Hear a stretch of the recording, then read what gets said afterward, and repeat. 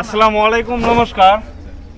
তো এই চাচা মেলা দিন ধরে ফোন করে মেলা দিন ধরে আহে, আজকে আইহা ফাইনালি ধানের ঠেসান নিয়ে গেছে। তো চাচার ঠান থেকে জিজ্ঞাসা করি কোন দিকে আইছিল। চাচা কোন দিকে আইছিল? আমরা নগরবেড়া। তো গোয়ালপাড়া ডিস্ট্রিক্ট না? কামরূপ না, কামরূপ ডিস্ট্রিক্ট নগরপাড়া থেকে আইছিল। এরা ধানের ঠেসা নিয়ে গেল, 10 পাঙ্কা ধানের ঠেসা নিয়ে গেল। দর্শক, আপনার যদি 10 পাঙ্কা ধানের ঠেসা লাগে তো আমাদের এখানে স্টক আছে, আপনারা নিয়ে যাই হবেন।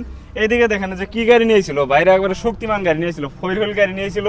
আয়া ভাই নিয়ে গেল, এই চাচা নিয়ে গেল, ভাই চালিয়ে নিয়েছিল না। তো তুমি মিশিং নিয়ে গেল, কোনো সমস্যা হলে আমার ফোন মারো।